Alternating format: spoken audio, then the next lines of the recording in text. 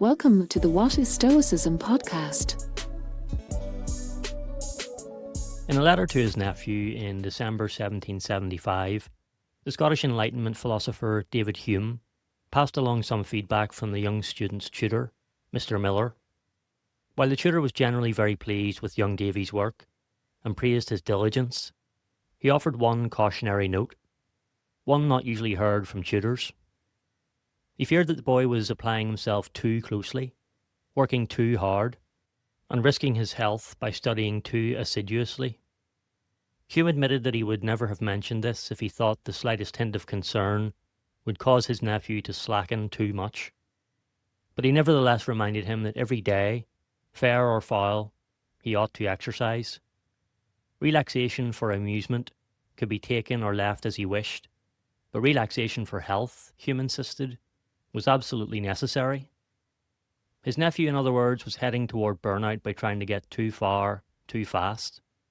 Hume recognised his own younger self in this scenario and responded with a lesson he had once received. When I was of your age, he wrote, I was inclined to give in to excesses of the same kind. He recalled an anecdote told to him by a friend, the Lord Pitfer. A man was riding with great violence, running his horse out of wind. He stopped a moment to ask when he might reach a particular place. In 2 hours, replied the countryman, if you will go slower. In 4, if you'll be in such a hurry. The moral was unmistakable. Go too fast, and you slow yourself down. This kind of moderation is vital for us as well. Though it often feels like we must hurry to get things done, or apply unbroken effort to a single objective, anything pursued in excess eventually produces negative consequences. More haste, less speed. The Stoic Seneca expressed the same truth On Tranquility of Mind. The mind must be given relaxation. It will rise improved and sharper after a good break. Just as rich fields must not be overworked lest they lose their fertility. Constant labour without rest fractures the mind's force. Freed and relaxed for a while, it regains its powers. Constant work generates dullness and feebleness in the rational soul. A short voluntary break, therefore, may prevent a far longer involuntary one caused by collapse or burnout. Or, as Hume concluded in his letter, bad health is the greatest interrupter to study in the world. Yet the theme of moderation appears elsewhere in Hume's own life, not just in his advice about overwork, but also in his reflections on Stoic practice. After studying the Stoics and applying their techniques, Hume described his efforts. Having read many books of morality, such as Cicero, Seneca, and Plutarch, and being smit with their beautiful representations of virtue and philosophy, I undertook the improvement of my temper and will, along with my reason and understanding. He fortified himself with reflections against death, poverty, shame, pain, and all the calamities of life, classic Stoic exercises aimed at strengthening resilience. Julian Baggini, in The Great Guide, explains that this is precisely what the Stoics advised.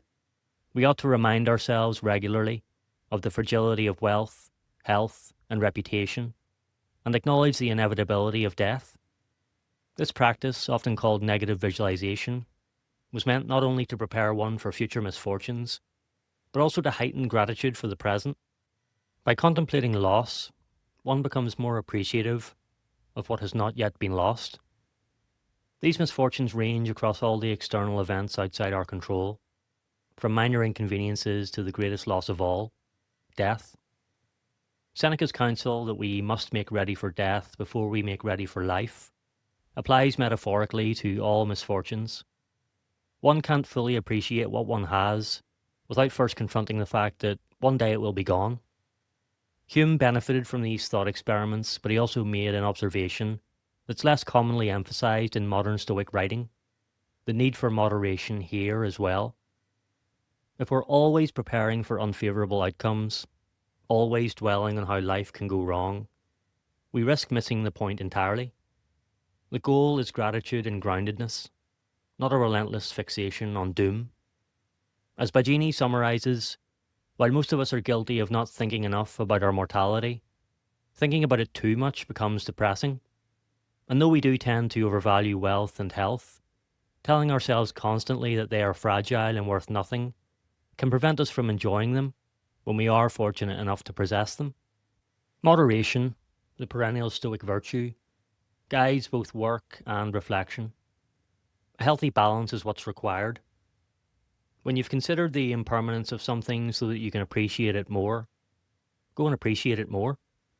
As Bajini says, channeling Hume, it's admirable to look harsh reality in the eye, foolish and destructive never to avert our gaze from it. In both Hume's advice to his nephew and his reflections on Stoic practice, we encounter the same principle, that growth, whether intellectual or emotional, requires effort but also restraint. Too much pressure, even in noble pursuits, erodes the very capacities that we're trying to cultivate. And too much contemplation of life's fragility can undermine the gratitude such contemplation is meant to foster. The wisdom lies not in total avoidance, nor in total immersion, but in the measured middle path, in going slower so that we might arrive sooner, in pausing so that we might continue, in thinking about misfortune only as much as helps us appreciate our fortune.